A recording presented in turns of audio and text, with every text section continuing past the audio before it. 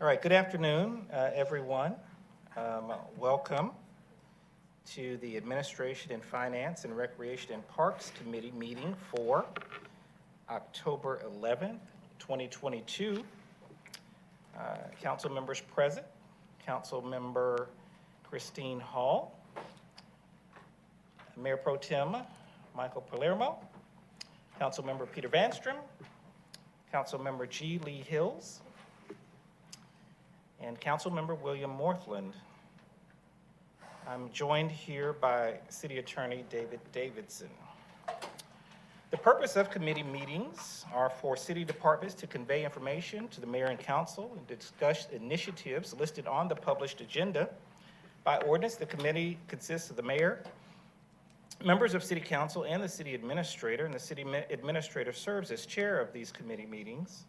This is a public meeting, but not a public hearing, and while members of the public are certainly welcome to be present, we do not take public comments or questions during committee meetings unless specifically authorized by the mayor and council. Public comments or questions are received at the regular city council meetings held at 7:00 p.m. at City Hall on the second and fourth Monday of each month, and on the fifth Monday in open forum. We do encourage all citizens to engage our online platforms and to contact departments if you have any questions or need information. We also encourage those present and the viewing audience to visit our city website. And if you have any concerns, you can certainly register that in our web service portal.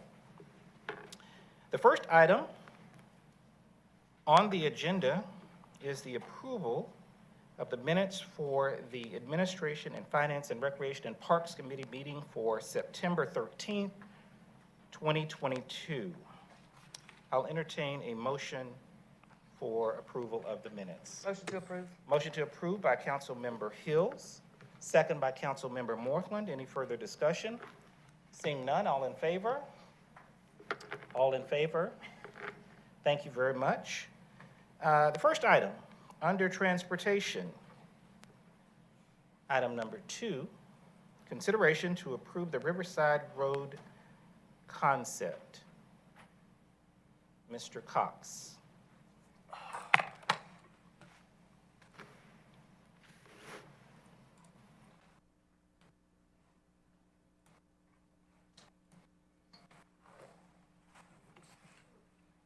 Back that out.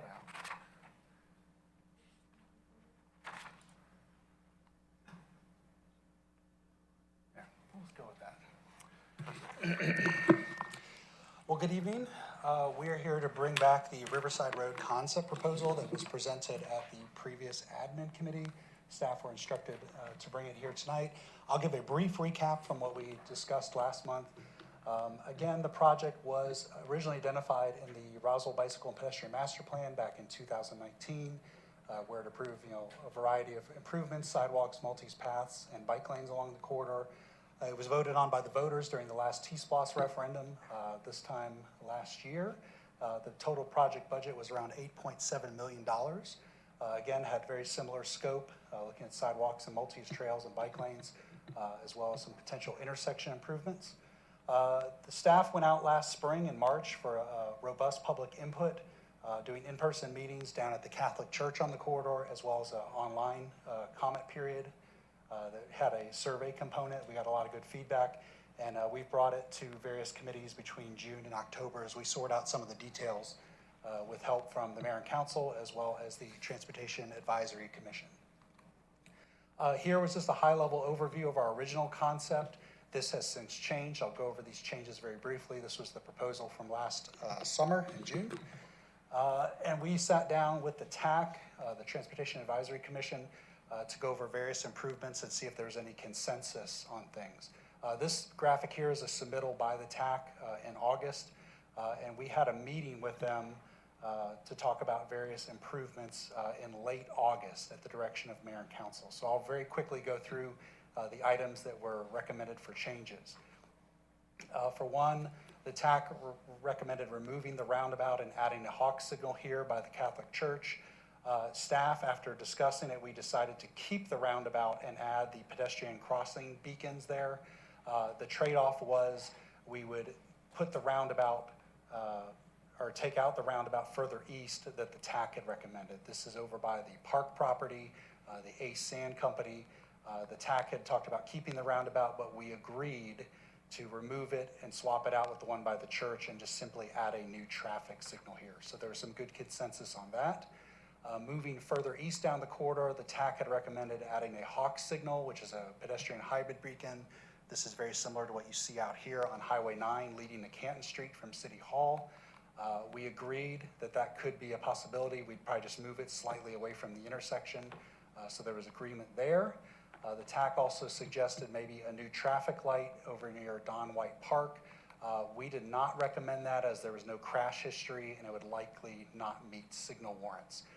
We agreed that we would continue to review this and look at data in the future, and if ever warranted, we could add one at a later date, and there was agreement there. Just keep that in mind moving ahead into the future. There was also some discussion regarding sidewalks and Maltese trails on the corridor and those various placements. One of them was to remove the sidewalks on the north side of Riverside Road. That was something the TAC had suggested, primarily as a cost savings measure. They also recommended removing some Maltese trail up here that might be duplicated by the existing trail that runs through the park space. We had some discussion on it. We decided it was in the best interest to keep the sidewalks on the north side for complete street purposes. We also wanted to make sure there was a thorough link to the proposed sidewalk or Maltese trail going up the hill. This is a Dogwood Road going up towards Grimes Bridge. That's a part of another project we're currently exploring the concept on. So we wanted to make sure there's good continuous connection here. The one thing we did agree on, which I think is a good idea, is we want to build a Maltese trail from the traffic light at Dogwood and Riverside and connect it to the southwest onto the existing trail that's in the parkland. There are some ADA requirements we have to confirm to make sure that we're not violating any grade or slope things. We're fairly confident we can make that happen, but we don't want to make a final determination until that's confirmed.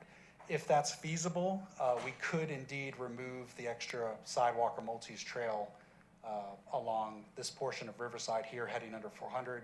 That was something the TAC had suggested, and we think that may be feasible. So we'll continue to pursue that as a cost-saving option as well. The other item that generated a lot of debate was how the bike lanes on the corridor would be accommodated.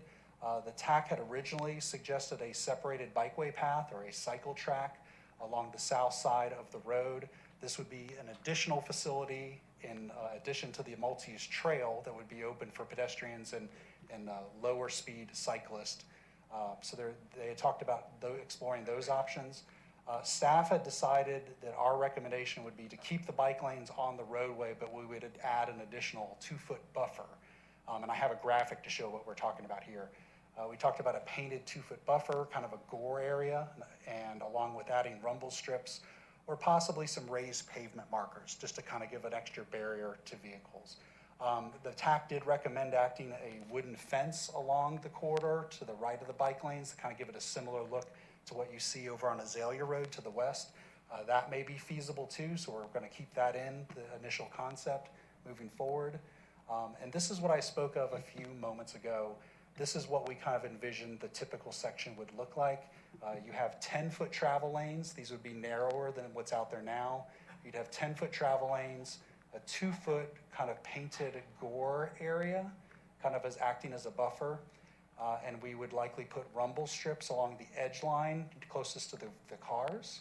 So we'd have rumble strips out there and possibly raised pavement markers to kind of add as a, to keep cars on the road and alert them if they vacate the lane and possibly invade where the bicycles are going to be.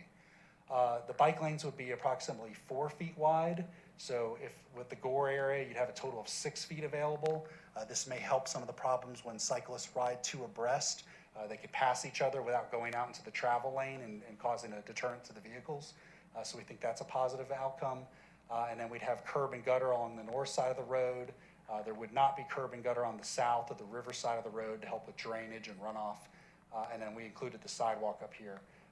Please note, I did not include the Maltese Trail. It is on the south side of the road. It just varies in location Some of it's very close to the roadway near the Catholic Church. And as you get more further east into the Ace Sand Company, it varies and kind of wanders away from the roadway a little bit. So we felt that the staff recommended that this was the best option. It keeps the corridor narrow and also keeps us within our established budget. And here's just kind of a cross section of it again. There's a few extra feet here for the fence. It's about 44 to 46 feet, depending on how you measure the little wooden fence included here. But you can see 4-foot bike lanes and a little stretch here with the sidewalks. So again, the staff recommendation, take the agreed upon items from the TAC and the help we received from Bike Roswell. There was some good consensus reached there. And then regarding the bike lanes, we thought would be best to keep the 4-foot bike lanes, the 2-foot painted buffer, and add the various amenities on the road to help with vehicles and keep them out of the way of cyclists. So the next steps, if this is approved by the mayor and council, we would start approving the task order to start the design work later this winter and into the spring. And we'd make sure to keep any cost and affordability issues, monitor those very closely and bring them to your attention as needed. So we think it's a really good project, and we're very much looking forward to it next year as we get into the concept and design. Thank you, sir. Mr. Cox, any questions, comments by mayor and council? Yes, Councilmember Vanstrom. What's the reason to add more barriers between the bike lanes? You got a 2-foot buffer, and then and describe for me, what is it going to inhibit a biker from being able to go out comfortably if they need to pass and get around people and things like that? Are you talking about the rumble strips? Yeah, whatever those are. And well, the rumble strips had a couple benefits. A, they kept the vehicles in their travel lane. So obviously, if you've driven on interstates or rural highways, we're all familiar with rumble strips. They will wake you up very quickly if you venture out of your lane. So they're there partly kind of to keep the lane narrow, keep the cars in the lane, but also it protects the cyclist who may be there from a car vacating the lane. We also spoke with Bike Roswell, and they said they like the rumble strips because if they're riding their cycle or their bicycle down the bike lane, they can hear the rumble strips too. When a car goes over rumble strips, it makes a pretty loud noise. So if they're riding their bicycle, they can hear there's some kind of danger behind them, that their car may be coming at them. So they were supportive of that. The raised pavement markers are usually those little reflectors that we put on the roadways. They kind of also add an additional bump. That might be kind of overkill with the rumble strips, so we might alternate them in some little places. But there's some benefit for both cars and the bicyclists. There's other barriers you could put in there, but they're not as aesthetically pleasing, and they're also kind of vertical, like those little poles, the bollard poles. Some bike lanes in urban areas have those as well, but they're more costly and they're expensive to maintain, and it also takes away room from the bicyclists if they're trying to pass inside the bike lane. It keeps them, they have extra room to do it. They wouldn't venture out into the travel lane to pass another cyclist. So we're suggesting with a 4-foot bike lane and a 2-foot buffer that's not going to have anything to impede, that cause any bumps or anything for the bikers. Within that 6 feet, even a large group of bikers that we often see coming through Roswell is going to have enough room that they're going to be able to pass each other and if they stay 2 abreast, they should. Now, if they're trying to go wider than that, that would be ill-advised. That would be a problem, so I wouldn't recommend that. But I would think the rumble strips would prevent them from doing that because they'd be hitting the rumble strips pretty frequently. Okay, and my other question is switching gears to signals versus roundabouts. Why would you prefer a signal to a roundabout? I have a roundabout down at Timber Ridge and Lower Roswell and Willio that I just love. I think it makes life so simple, and I really like roundabouts. So I'd like to understand why we wouldn't just keep those. I'll let Greg answer that in a second, but the one comment I want to just point out that the TAC had is, remember the Highway 9 project has a roundabout where it ties in at the west end of Riverside where the new road would connect in. So we were a little wary to have 3 roundabouts on the corridor. I think some of the discussions that evolved with the TAC where 2 is probably a good number. We didn't want to have 3 roundabouts back to back to back, within a third of a mile of each other. So I think one of the options was to remove one of them and substitute it with a traffic light. That was one of the reasons, and I'll let Greg answer the second part. Yeah, the roundabout at the Ace Sand property, that has quite a few permitting impacts.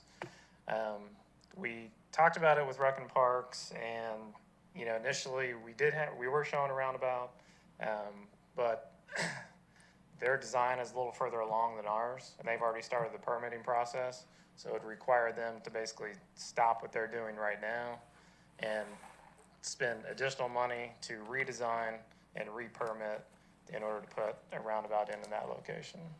So we kind of agreed that the signal was ultimately the better option at this point, at that location. But I've seen so often with signals that if their signals are too close together on a road, you end up backing traffic up more than a continuous flow situation. Am I incorrect? No, that's correct. I mean, there is minimum spacing.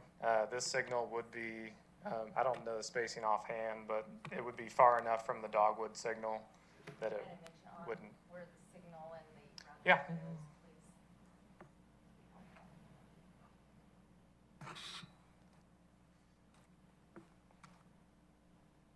So keep the roundabout,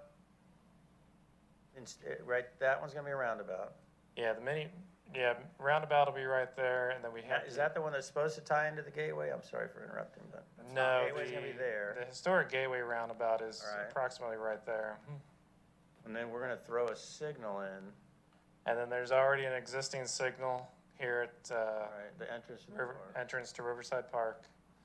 And then we're going to construct a new signal here at the Ace Sand property. And then there's an existing signal up here at Dogwood. Right.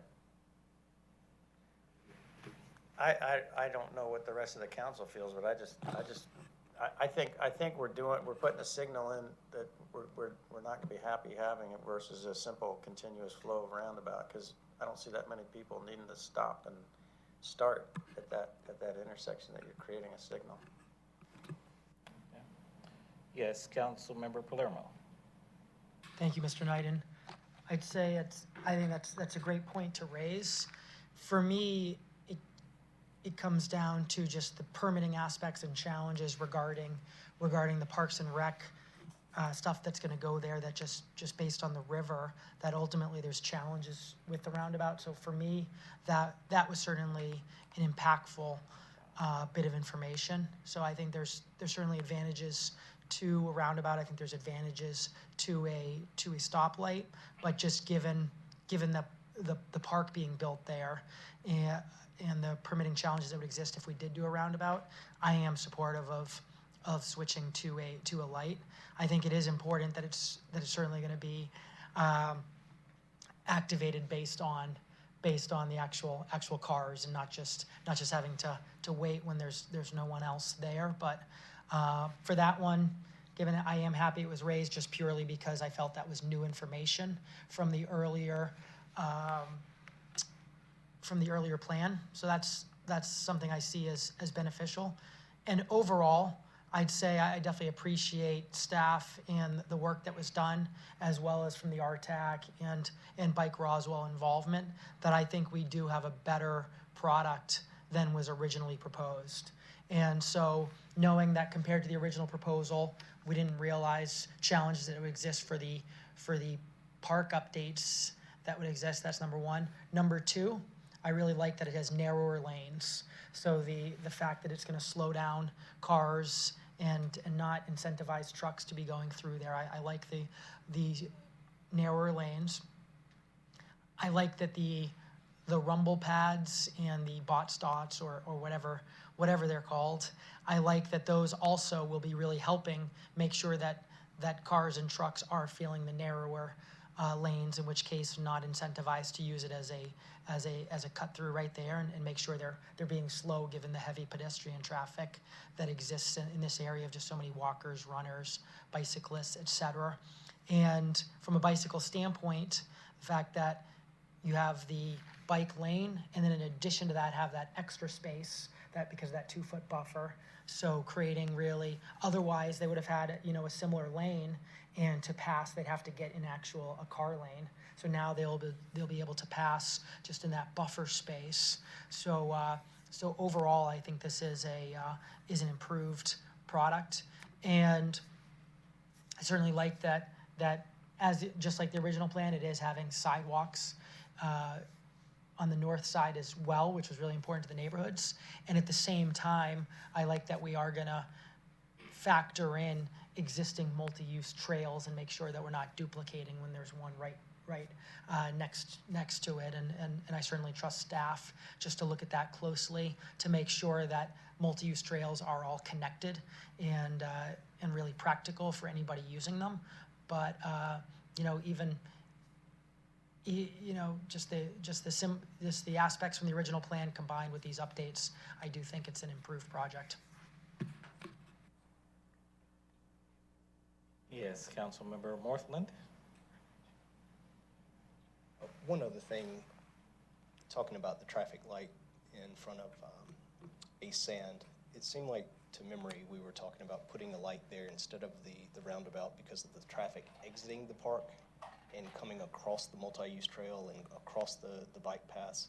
If you're taking traffic out of the park and running it through that to hit a roundabout, that was creating more uncertainty of oncoming biker and multi-use trail traffic coming across, which anybody that knows that area, when you're going uphill, you've got to hit it with a full head of steam to get yourself into that roundabout. That was another, again, the way that I understood it, another good thing by accomplishing this traffic light, correct?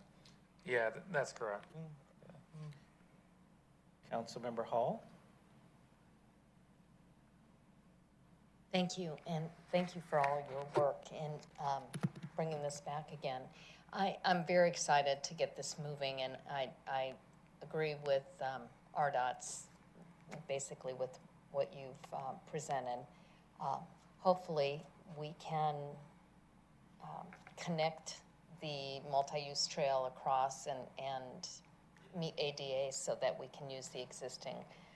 That will be great to be on that side.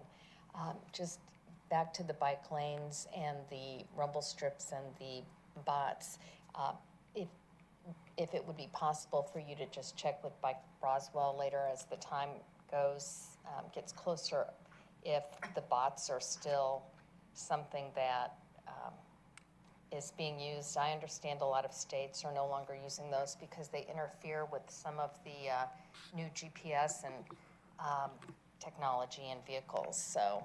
Yeah, thank you for that comment. Yeah, you're right. I know California kind of put them out to pasture a few years ago. And we also have raised pavement markers. They're more popular because they do have a slow vertical rise, and they also are reflective. So it makes the road a lot easier to navigate, after dark. So we'd probably use those, but they have a similar effect.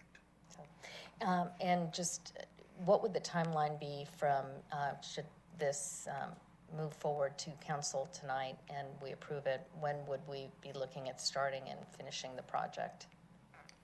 Greg, answer that.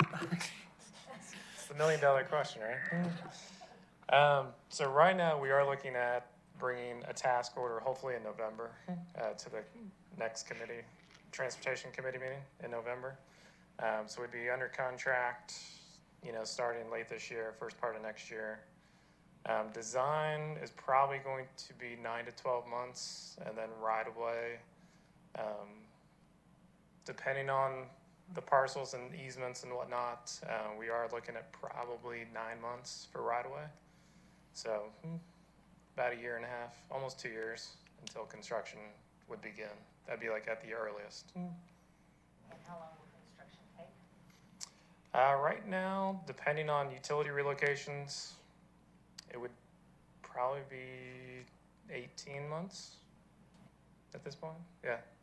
And once we get into design, we'll have a little bit better idea. And obviously, when we bring blanket right-of-way agreement and that sort of stuff to you guys, we'll give you guys updates and let you know what the schedule is. Councilmember Palermo? So great questions there. I'd also be remiss if I didn't say I was also a big fan of the adding a hawk signal.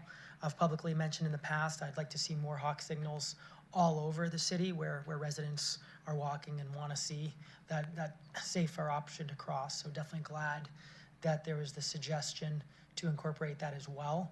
And also tonight, if this committee would allow, I'll be motioning to move this forward to council because I believe it would need to go to council for a vote. Is that right? Yes. And Yes. in which case, I'd encourage staff to be prepared to present this because I would expect to not see this on the consent agenda, just for the opportunity for the public to see it again and make sure that we're hearing any and all questions that might come up. All right, thank you. Any further discussions or questions? All right, seeing none, we'll entertain a motion to move this item forward. Motion to move to the next council meeting? Motion by Councilmember Palermo, second by Councilmember Hall. Any further discussion or question? Seeing none, all in favor? All right, thank you very much. That item moves forward. Item number 3, consideration for the mayor and/or city administrator to authorize the purchase of a wood chipper and a Bobcat grapple bucket for an amount not to exceed $68,000. Mr. Cox, handling that one? Thank you. So this was an item that recently presented itself just in the past, 30 or 45 days. We actually had about $200,000 allocated in our FY23 budget for a F550 truck replacement. We were targeting 2 truck replacements.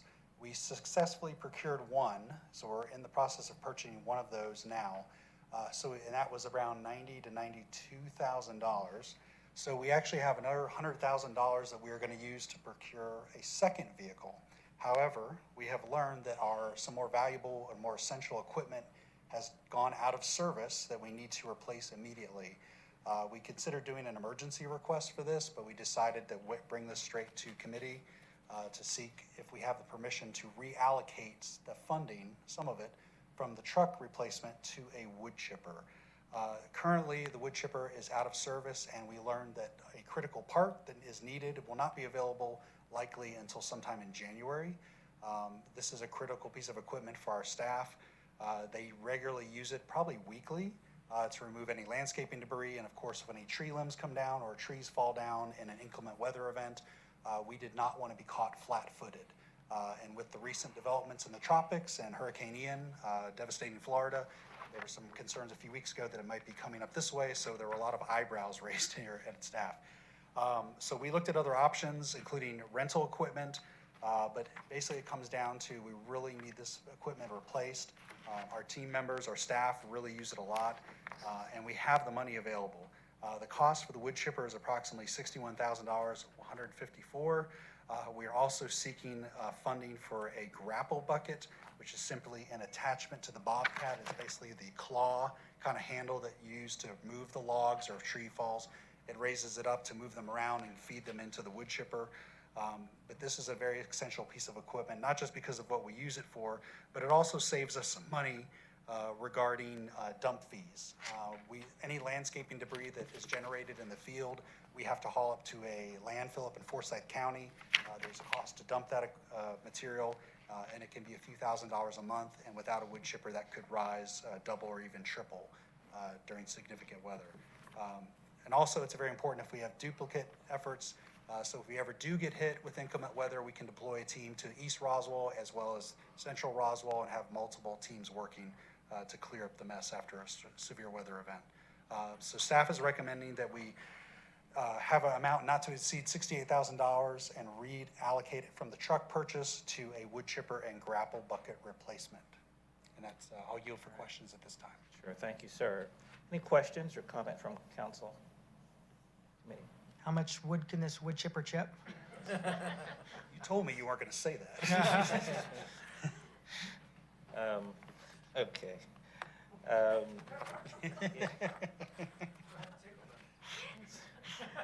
I know how to get to Mr. Knighton's nice side. Any further comment, question, or quips? All right, seeing none, we'll entertain a motion to move this item forward. Motion to move forward. All right, thank you, sir. Motion by Councilmember Palermo, second by Councilmember Hills. Any further question? Seeing none, all in favor? Thank you very much. It moves forward. Item number 4, consideration for the mayor and/or city administrator to authorize the purchase of a 1-year subscription for streetlight transportation analytics data to assist with project planning and concept development for an amount not to exceed $59,000. Mr. Cox. Thank you. Again, this is a very similar issue. We are using some of the leftover money from the F-550 truck replacement to help fund this as well. In addition, we're splitting this with some T-Splosh 2 revenues, and I'll explain that in a few moments. So there's already money available. We're not asking for new funds. This is money we already have. We're just asking you to approve a reallocation of funds. So what streetlight data is, it has nothing to do with streetlights on the road. It has nothing to do with lights that illuminate our roads after dark. It is a data company that basically has the ability to harvest and track our cell phone data anonymously, and that's very important. I want to stress it's anonymous. They're not tracking when we go to the different restaurants or who we are or what all that, but it's basically tracking our origin and destination, the time we're doing it, and most importantly, it's tracking the routes we're taking. So this data is tremendously valuable for planning purposes. As you know, we're in the midst of doing our transportation master plan update. We also have a couple T-Splosh projects, and this data would help us look at how those concepts and projects develop. With the strategic plan that was implemented, one of the goals is to benefit, to help improve transportation for Roswell residents. Special emphasis was put on looking at traffic calming and cut-through traffic. This subscription we could buy for 1 year and use it for multiple projects, including our master plan, to better target our future investments. I know if you ask people in the city, they're going to say, well, we need traffic calming everywhere. And that may be true. But if we only have limited resources, we can use this data to see where a lot of the cut-through traffic may be occurring and invest more smartly on those corridors. So there could be some cost-saving elements to that, given what simple median islands may cost to install compared to this cost. The company was kind enough to show us some preliminary screenshots. I just wanted to put this out there that this is the very high-level view. This is the 30,000-foot view. The reason they shared this with us is because it's proprietary data. They don't want to get too down into the weeds, so they kind of gave us some high-level data just to kind of give you an appetizer of what the data can show. So this is data from last year, 2021. They picked a 4-month spread, 2 months in the spring, 2 months in the autumn, and they just kind of left it on the 24-hour, 7 days a week system. And then if you get this data, you have all these different options to trim down how much data is looked at, how many of the sample size goes on. You can also trim out the days of the week and get it down to the hourly level. So if you want, what we're looking forward to at staff is if we're able to acquire this, we're obviously going to target peak hour. We're going to look at rush hour, AM and PM. But this is kind of no real surprise. Here, I'll go ahead and turn on the interstate so you have a little better idea. But in this sample, they gave us the interchange at Holcomb Bridge and 400. They put the little, the gates, they call them gates of when a vehicle or cell phone passes through them. They went ahead and put it on all the on and off ramps to Holcomb Bridge Road at 400. And as you know, we have 5 ramps. We have 2 on ramps and 3 off. So if a vehicle that was being tracked in their sample passed through one of those ramps, this shows their destination. And again, this is 7 days a week. It's not just rush hour. And you can clearly see it basically mirrors the 400 corridor because that's where they're getting on and off. So there's no surprise there. There's a couple outliers here I thought were interesting. I mean, you can see the Mall of Georgia out here in northern Gwinnett County. You can see Town Center Mall, and that might be Kennesaw State University. And then obviously this was a little peculiar, the one out here by Cartersville.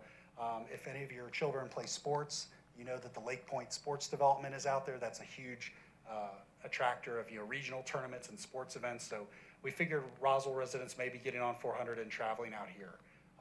So on the weekends or whatever. So that might be why that's showing up. But again, you can narrow all this down to rush hour or turn on origin or destination, and we can select where the gates are. Ideally, if I were doing this, I would want to look at just the on-ramp, so the southbound on-ramp. Then you could see where traffic is originating from. And we'd have all those abilities if we got this license. Here's, again, just another example, same location, the ramps at 400. This is the origin data now. I was showing you destination before. Here's the origin. So if you touched one of the ramps in their sample, again, from a year ago, 7 days a week, you can see the origin primarily is Roswell. It's all lit up here. You can see a lot of East Roswell is elevated, as long as along the 92 Holcomb Bridge corridor. And they obviously were probably getting on 400 and going somewhere to the city or the airport or up north to Forsyth County.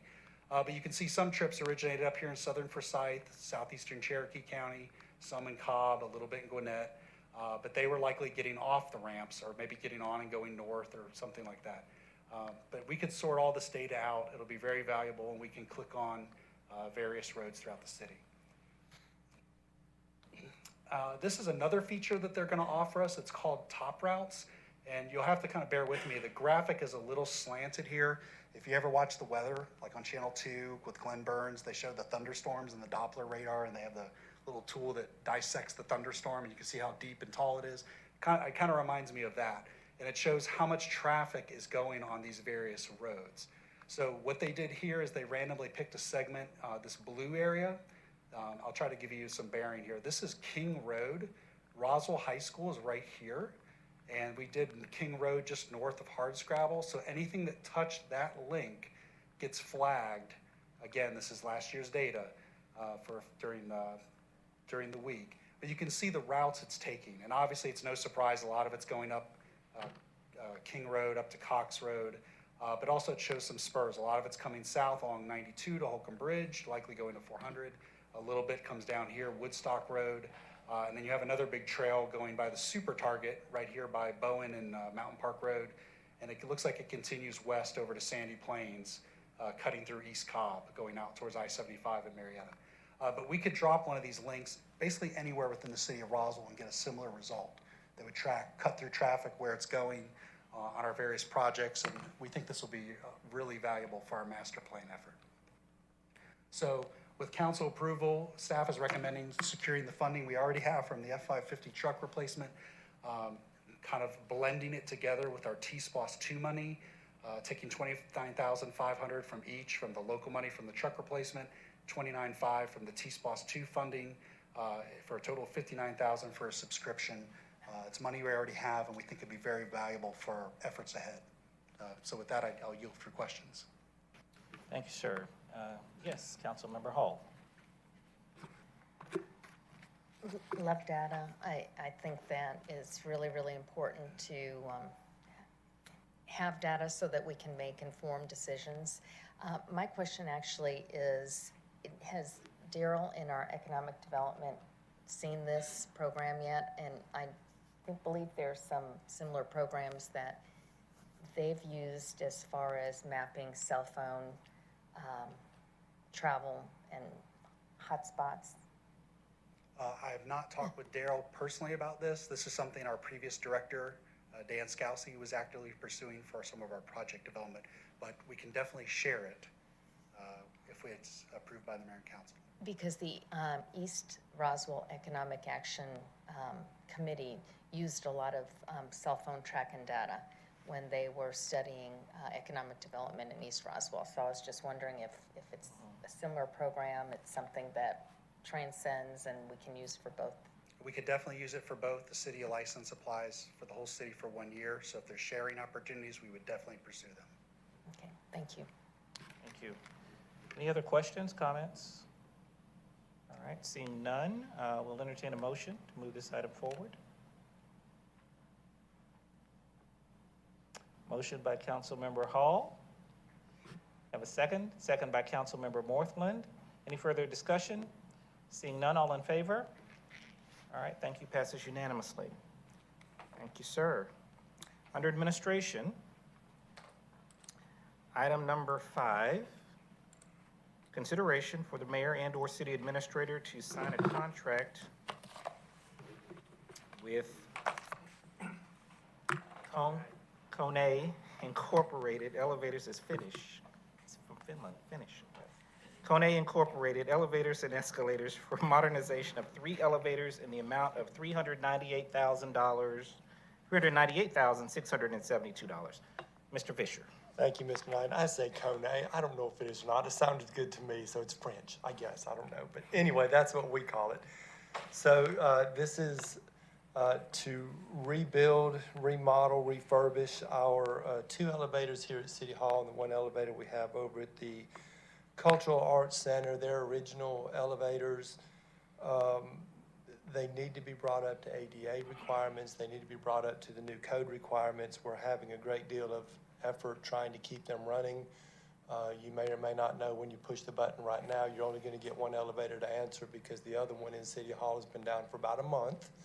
The part has arrived, thank goodness. So it looks like we're going to be able to get it back up, but it took a month just to find the part. And we're very concerned if the two elevators here share a lot of controls. If it was a part that impacted both elevators, we would have been in a not good place. This money was put in the budget last year, up to $400,000. I do want you to notice the $398,672 for the total project plus 5 years of maintenance is actually $405,672. It's $7,000 more than that. And that is because the proposals that we received from all of the vendors, none of the vendors gave us a fixed firm price because of inflation and supply issues. They were anywhere from 15 days to 60 days was the most we could get. So these came in July 25th. By the time we went through our process, we were outside the 60 days. So as we got ready for the contract, we asked them what it would be, and it ended up being an additional $7,000. But we didn't get any of them to give us a fixed firm price of any length of time. But anyway, with that said, for the 1 year, we're actually, the total price we're looking at for this year is $379,334.40. That's for the purchase, or that's for the contract plus the first year maintenance, and then the additional maintenance will come in the outlying years. This is for new motors, for new door operators, for new card readers, in-cab enunciators, a new HVA split system for the control room, 24/7 connection service inside the unit and for service, and then LTE emergency communication system is bringing our elevators up to where they need to be for the future and where they need to be for ADA compliance, and Kone will also oversee the state inspection process. So, Mr. Knighton, if there's any questions, we're glad to answer those. Thank you, Mr. Fisher. Any questions? Yes, Councilmember Palermo. Thank you. Mr. Fisher, I think I recall you calling out these concerns and these issues for years, so I definitely am familiar with the big picture request. I guess just my question is, well, I guess first of all, I think it is important to make sure we're safe, we're ADA compliant, et cetera. At the same time, are there ways to save some costs in doing really just more of a minimum modernization to do things for safety? You know, for example, do we really need new car door panels? Do we really need in-cab annunciators, depending on what those are? Is there anything we could do is there anything being requested that's beyond just safety needs? I appreciate you asking that, because one of the things that we actually had in this proposal was value engineering, and we did have the discussions of what we really needed and we don't need. The enunciators are part of ADA. It lets you know what floors you're on now, which ours do not do that. So we do need to have that. The panels, are those required, or are we doing those because we're doing the elevator? I'll ask Mr. Lewis that, our building ops manager. They are recommended.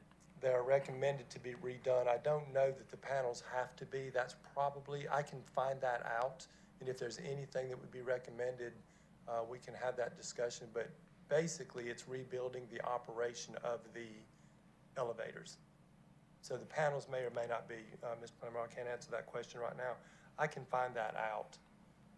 I don't know in the grand scheme of things what that's going to save us or not. We did end up being able to do 3 elevators. Originally, we were just looking at doing the 2 here. Cultural Arts Center has actually had more outages on their elevator than we have, and they only have 1. So we felt like we got to do this all together, and it did fall within budget. So we're going to go ahead and do 3 of them. Yes, Councilmember Morthland. If you do get stuck on one of these elevators and you hit the emergency button, does that just sound a bell, or is it sending a signal to It's sending a signal. It also calls over to 911, doesn't No, it? monitoring company. A monitoring company. Yeah, it does. Thank you. Any other further comments or questions?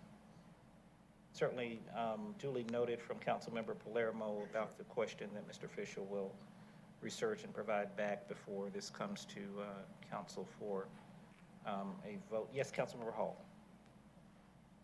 Just one comment on the refurbishing of the interior panels, if you could separate the Cultural Arts Center one from the City Hall ones, because I think that one may be more in need of interior panel update than the two at City Hall, if we could. No? We're not making them look pretty or anything like that. We're not refurbishing the brass or anything like that. The panels were like for the mechanical parts to connect to. Oh, okay, I misunderstood what the panels were. Pretty. I don't think there's anything for aesthetics. So it's nothing for aesthetics. Correct. Okay, thank you. All right, thank you. Any further comments or questions? All right, seeing none, we'll entertain a motion. Motion to approve. Motion by Councilmember Hills. You have a second? Second by Councilmember Morthland. Any further questions or comment? Seeing none, all in favor? Approves unanimously. Thank you very much. All right, Mr. Fisher. Item number 6, consideration to award a contract to M-Tech Pro Media LLC for video production services in the amount not to exceed $123,150. Mr. Fisher and Ms. Breckbo. Thank you, Mr. Knighton. This is something that we've been duly looking forward to coming. I know there's a lot of interest in doing more communication, more video communication throughout this city, and we were provided funding to be able to move forward and find a videographer production company. M-Tech Pro Media is our recommendation. They came in with a high score and a very low cost of $123,150. They'll be doing some writing and scripting for us, some storyboarding. They'll do some location work for us to be able to produce videos. They have a very high quality, and I will say this, we had a number of respondents come into this RFP, and we had a lot of quality come in. I was surprised at that. Some of the technology was way above me, but when I looked at the pictures and looked at the production, I was really impressed. So at this point, we have gone through the 19 proposals, and M-Tech Pro Media is the recommendation from the committee. All right, thank you, Mr. Fisher. Any comments or questions, discussion? Yes, Councilmember Hills. Thank you, Mr. Knighton. As this mayor and council has discussed ad nauseum since January, we want to beef up our communications repertoire, and I think that this will only add value to what we're already doing, so I will definitely be supporting this, and I'm excited about this coming forward. Thank you. Thank you. Any further comment or question? All right, seeing none, I'll entertain a motion to move this item forward. Motion to move this forward, please. Motion by Councilmember Hills. Second by Councilmember Morthland. Any further discussion? Seeing none, all in favor? Thank you very much. All right, thank you. Under Economic Development, item number 7, consideration to submit an FY 2023 application for a Brownfields Assessment Grant from the Environmental Protection Agency. And when this committee is ready from all their questions, I'd like the motion to move this forward. It's a no-cost match grant and a very important economic development thing.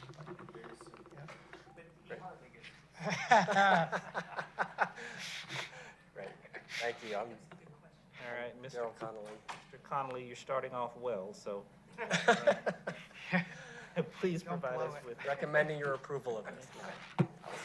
I'm Daryl Connolly, Economic Development Director. Danny Glitch, who's our grants, heads up our grants department. And we're seeking consideration, your request to submit a grant application to the Environmental Protection Agency for community-wide brownfields assessment. The EPA Brownfields Program provides funds to inventory, assess, clean up, and reuse brownfield sites.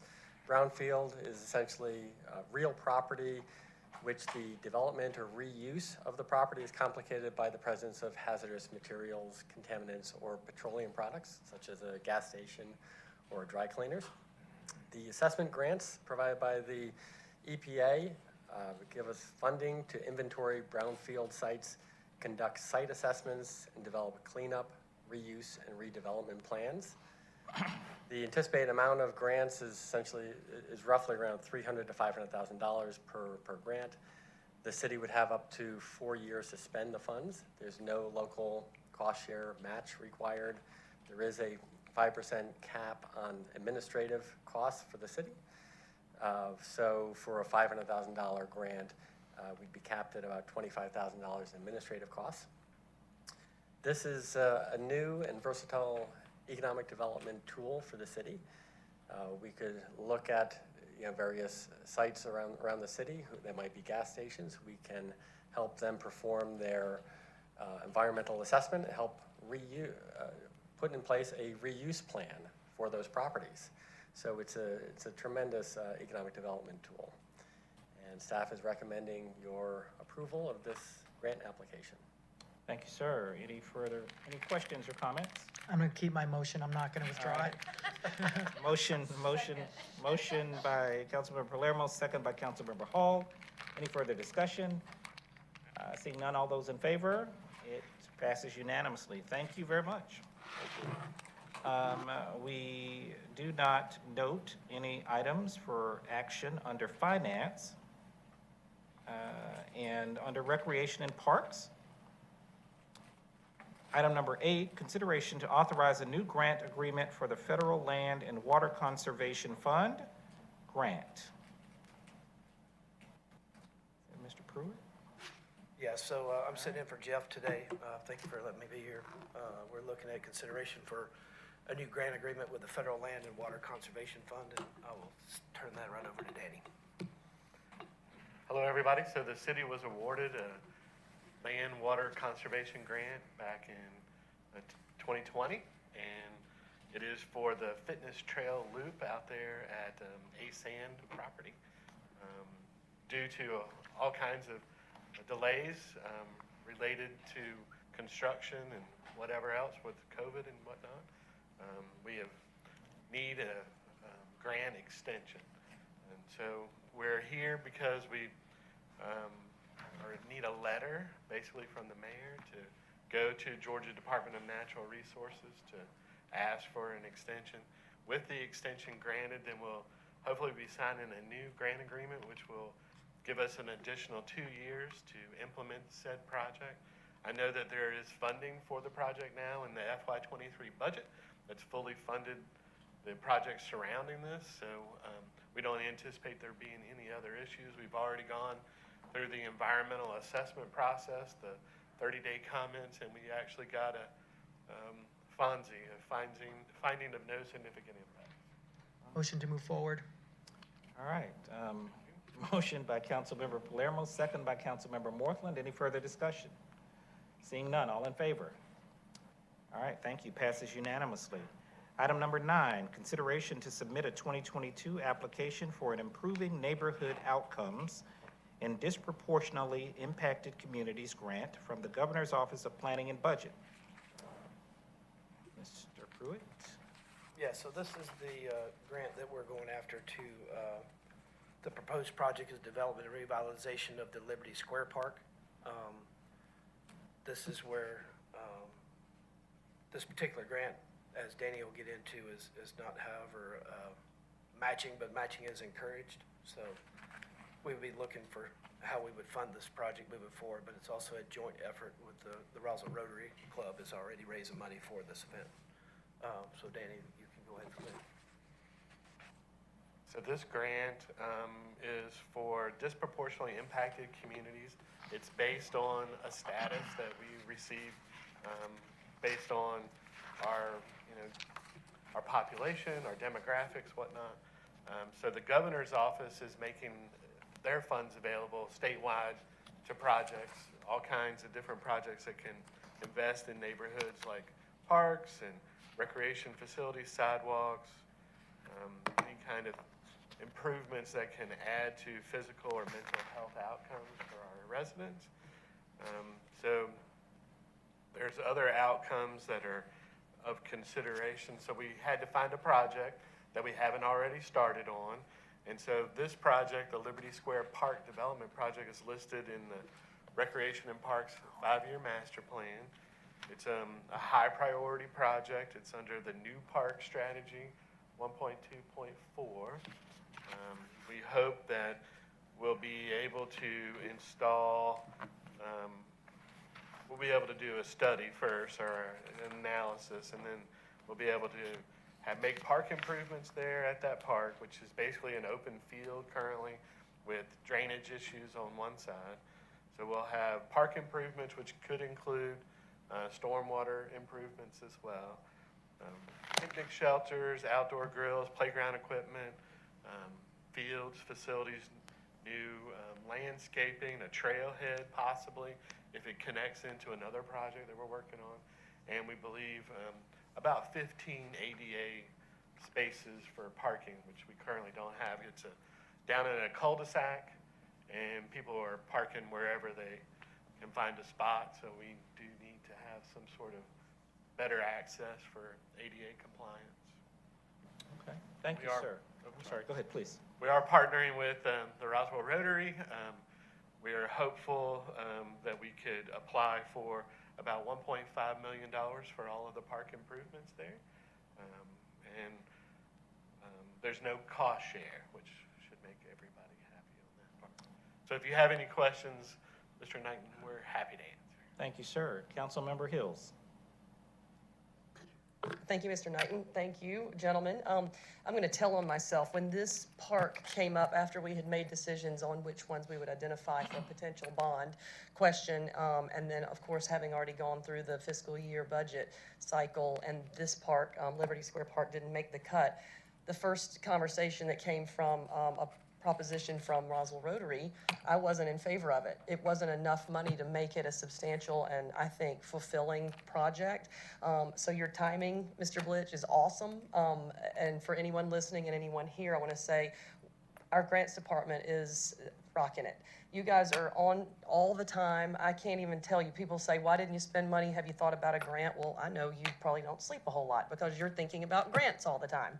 So, and then with Roswell Rotary being such a stronghold in our community, they've done some internal work to supplement what they think they're going to be able to bring to the table for this project. So I have changed my mind from the initial pitch to heck yes, and that's due in part to what you're working on here with this grant. So thank you very much. I will be supporting this, and I'm really excited about the potential.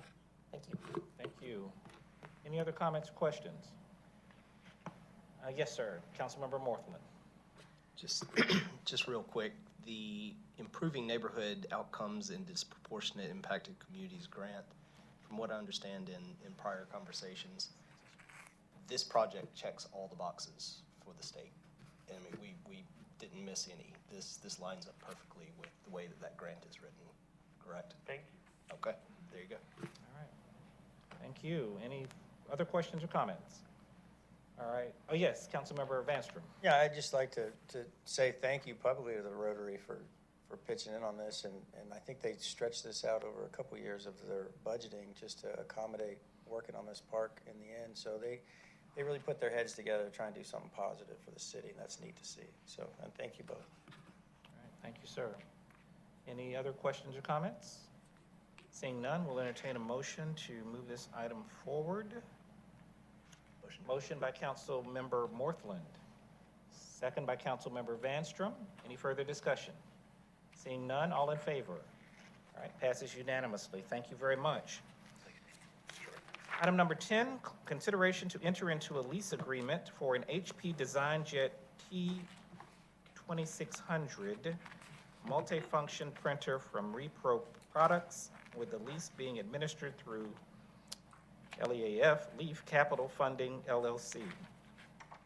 Yes, I'll turn this over to Taylor Smith, our All right. Park Services Manager. Sir. Good evening, Mayor and Council, not Mayor, Mayor Pro Tem. Want to present this to you tonight. Our landscape architect, many of you are aware, Jay Reisinger, has an office off-site and needs a plotter. His current existing piece of equipment is over 10 years old, and we've put bubble gum and tilted it certain ways to try to make it work, and it is beyond its useful life. We have done some research. We spoke with the GIS division downstairs to get their recommendations on their current piece of equipment, and have come to the realization that this is the best solution for our needs for our department and Jay as he continues to design for our department and the city. So per city policy, I just wanted to present this as we need to bring any leased equipment or leases before mayor and council. All right, thank you, sir. Any questions or comments on this item? Seeing none, we'll entertain a motion to move it forward. Motion by Councilmember Morthland, second by Councilmember Hills. Any further discussion? Seeing none, all in favor? Passes unanimously. Thank you very much. With that, that concludes the items on the Administration and Finance and Recreation and Parks Committee meeting for October 11th. We'll entertain a motion of adjournment. Motion by everyone. For the record, we'll say Councilmember Morthland, second by Councilmember Hills. All in favor? Thank you very much. All right, thank you. We will pause for a moment, and then we'll go into our next committee meeting.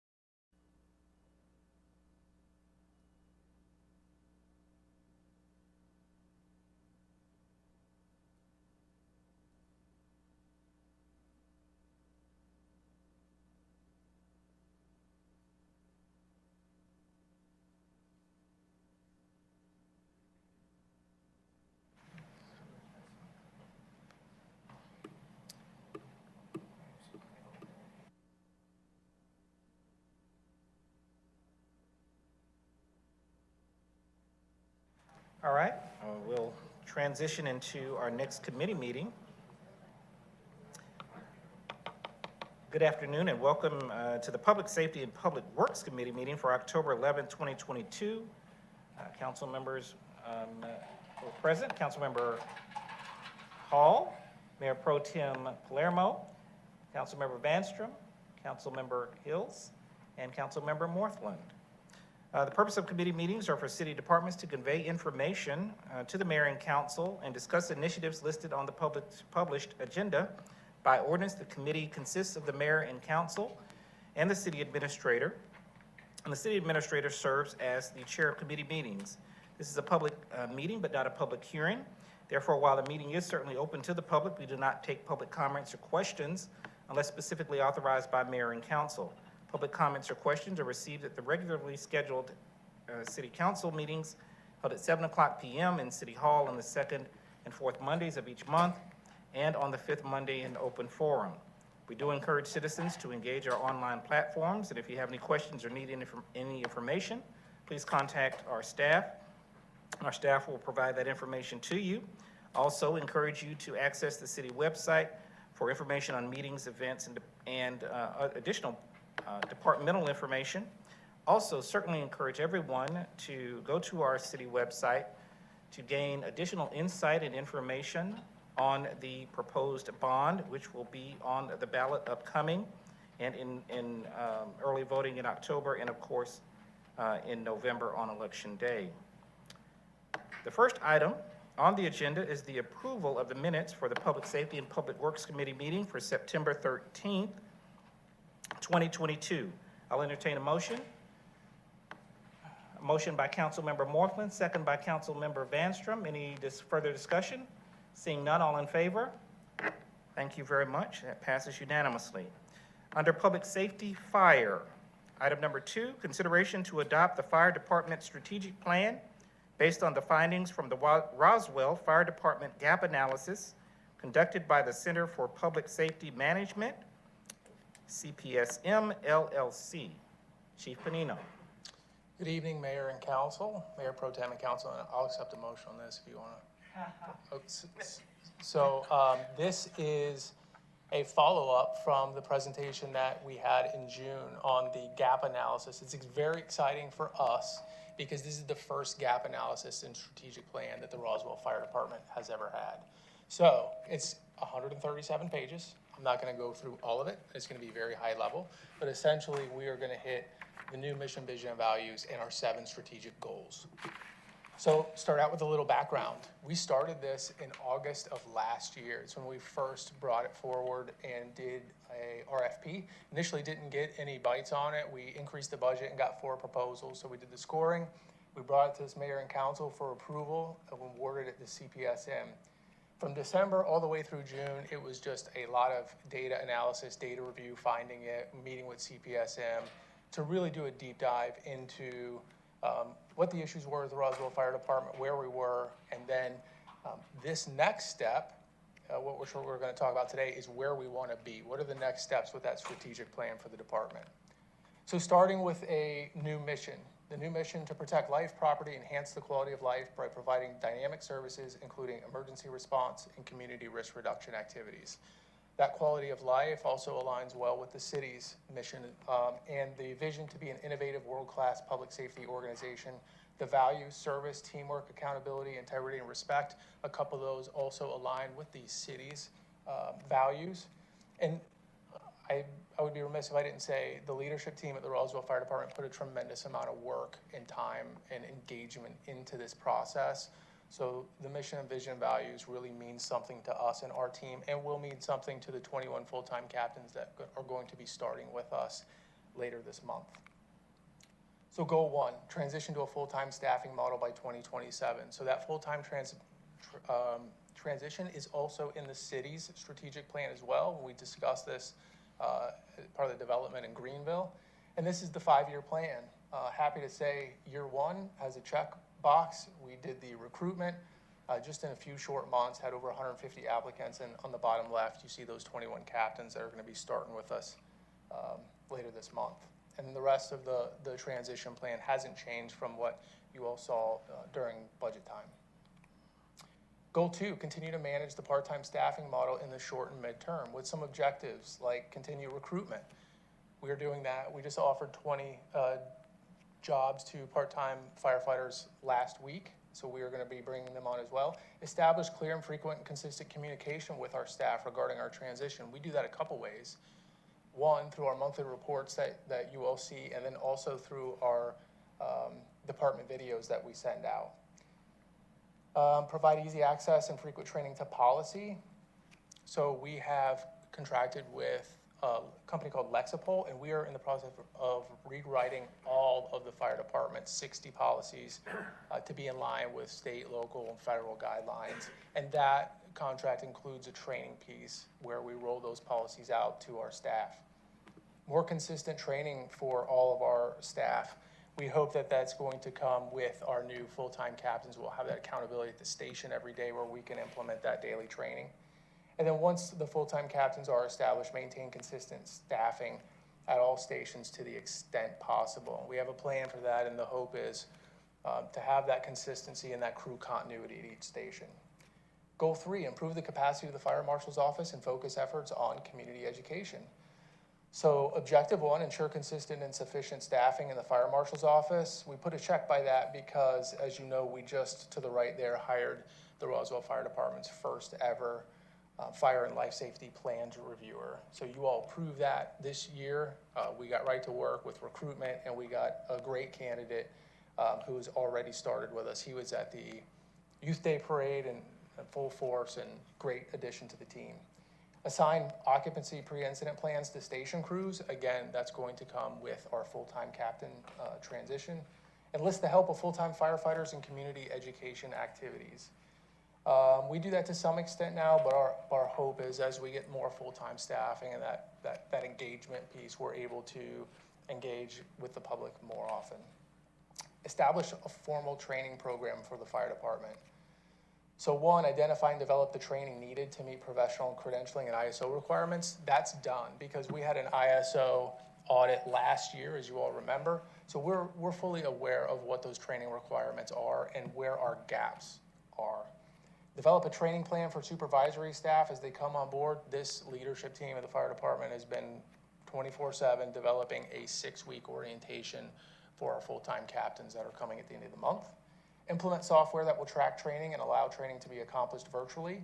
That software is in place. We've had that software, but what we're missing is that accountability and making sure that that training is getting done and documented. And develop staff to supplement the instructor cadre at the Roswell Alpharetta Public Safety Training Center. Again, for that piece, we're gonna need that full-time staffing. Establish a comprehensive program for equipment and apparatus replacement. So one is assign consistent staff to drive our apparatus to ensure that even though we have a part-time model, that those people that are there are comfortable with our apparatus and are trained on it. And again, that's gonna come with the full-time captains, those full-time station supervisors that make sure that they are comfortable with who's driving that day, they make that assignment. So that is coming. Assess the need for the number of ambulances based on the number of transports. We have done that. So what we're talking about there is our transport-capable rescues. And in our replacement of the 2 ambulances this fiscal year, one of them is a non-transport capable medical unit. So that looks like an F-250 or an F-350. It saves on fuel, it saves on maintenance costs, and we still have that transport-capable ambulance available if we need to transport. Develop a fleet replacement cycle and a process to ensure essential equipment is up to date and compliant with NFPA standards. That's Chief Dobson's job right here. He has just started to dig into that. We plan on building out a full 10-year plan on when our vehicles, when our equipment, everything is going to be replaced on a regular cycle so we can budget for it responsibly. And consider adding a quint or ladder truck for coverage at Fire Station 26. When we did that analysis, we were shy on ladder truck coverage off of Cox Road in 26's area.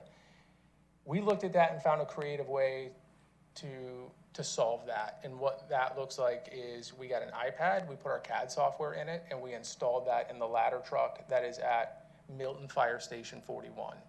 So we didn't add a ladder truck, but the city of Roswell gained a ladder truck by utilizing our automatic aid partner, by using a workaround and using some technology. And they are currently running some calls into the city of Roswell as we speak. That's been up and running in less than a week. Goal 6, build, replace, and relocate fire stations to improve service delivery. You've all seen this slide once or twice up to this point as we go out and do those information road shows for the bond. As we talked about, our stations are aging and some of them are not in the correct locations. So what you see on the left is the CPSM's recommendation with station 21, 22, 23, 27, and 28.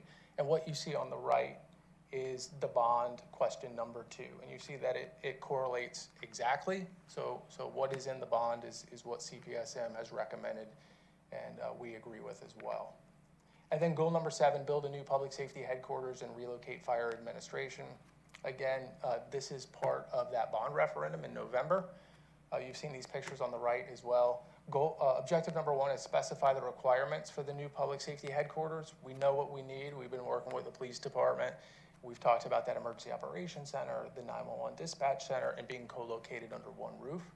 And then the second piece is identify and secure funding and land. And that is, of course, in progress as we have this bond referendum. I rushed through that very quickly. That's a brief overview of 137 pages. I'll say that we are very excited about this strategic plan and the adoption of the strategic plan because as we bring on these full-time staff and especially our supervisors at the end of this month, it helps us to better articulate and provide them with a vision and a roadmap of where we're going over the next 5 years, and it provides that clarity. So with that, I'll answer any questions. Thank you, Chief. Any questions or comments from Mayor and Council? Seeing none, we would, yes, please, Councilmember Hall. Just thank you. This is very impressive and very exciting that you've pulled this together and pulled this team together and everything that you're doing. And I'm jealous of Councilmember Hills to be your liaison because she gets to work with such a dynamic team. Team effort. Thank you. Yes, Councilmember Hills. Thank you, Mr. Knighton. Quick story. Years ago, I took my Chevy Suburban to the dealership to have some work done, and the gentleman there checking me out, said, you know, you need to replace those tires. And I said, sorry, guy, they aren't in the budget until next January. And he's like, oh my God, I never hear that from anybody. The tires are never in the budget. And he was about to say, I never hear the wife say it, but I didn't finish his sentence for him. But So the fleet replacement program that you've got going is huge for us. And I'm curious, I didn't even ask you this previously, but like, how did that ladder truck in 21, was it just time? Like, that wasn't calculated in a 10-year program, and I know, oh, is Ryan here? Anyway, Ryan's here. oh, there you are.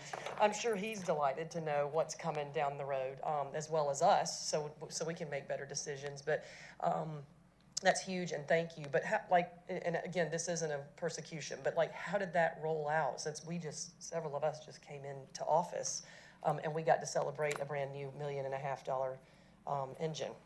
So the truck was absolutely needed, but the truck that one replaced was a 1996 model. So it was quite old. What we need to do, because the data isn't, I'm gonna say the data isn't there. We don't have the data, and we haven't had that conversation with fleet to say, let's look at our miles we're putting on these vehicles. Let's look at when maintenance costs start to go up and replacement value starts to go down, and let's really time out what the best replacement is for each type of apparatus that we have. Once you figure that out, you can march it out 10 or 15 years and be on a schedule and finance, and everyone knows this is when this stuff is getting replaced, and it's based off of data. The best I could find up to this point is an old PDF document that no one knows where it came from. I can't track down the offer, and it's certainly not based on data. And then each year, as you make those purchases, you readjust costs for inflation, and you're continually looking at that data to make sure that you're timing the replacements correctly. Thank you. And one last thing to anyone listening or here, tomorrow at 4:00 is a swearing-in ceremony for a lot of our existing That's right.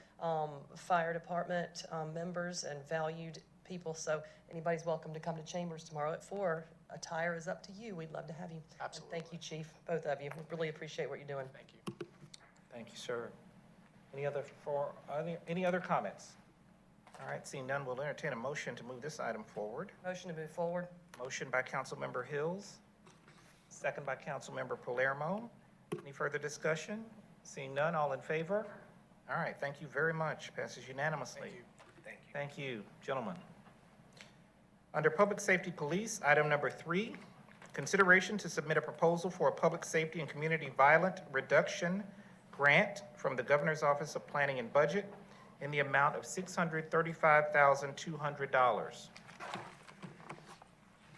Good evening, Mayor Pro Tem and Council. This proposal is to submit a request for the Public Safety and Community Violence Reduction Grant from the Governor's Office in the amount of $635,000. I'm just going to hit some of the items that we'd be asking for kind of at a high level, and then if you guys have questions on any of those, be happy to go back and answer those for you. And before you do that, can you make sure to tell Chief Panino, if he wants the immediate motion, he needs to bring a grant that doesn't have matching requirements. So when this discussion with this committee is done, I just want a motion to approve and move forward. I'll be sure to tell him that. So the first part of this grant is a real-time crime center. So as you know, we've moved forward with putting flock cameras throughout the city, and there's a lot of data that we're bringing in. But one of the main parts to make that effective is to have a real-time way to siphon that data and get that information back out to officers. So that's where the real-time crime center comes in. In addition to that, we're also looking at implementing a gunshot detection system. For those of you that aren't familiar with that, it's essentially microphones that are put up in specific areas that allow the triangulation of gunshots to allow faster response for police. Then we have some CSI upgrades that are more after the fact that give us greater abilities to apprehend criminals after an incident occurs.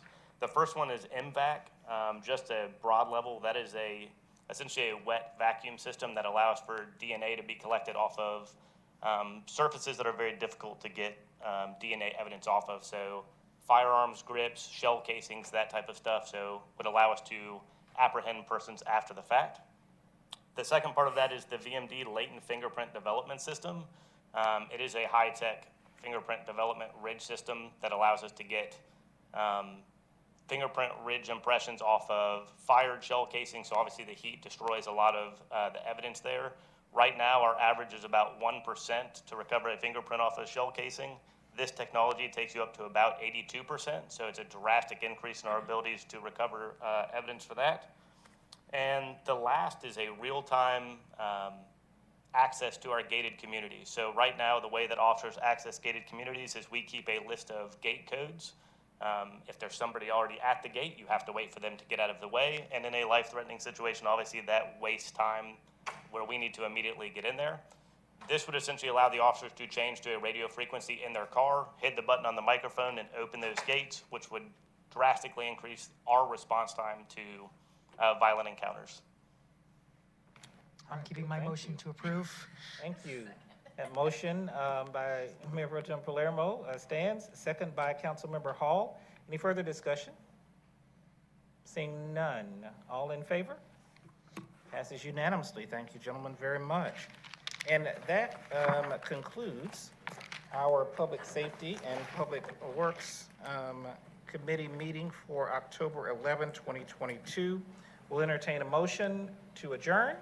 Motion by Mayor Pro Tem Palermo, second by Councilmember Morthland. All those in favor? Thank you very much.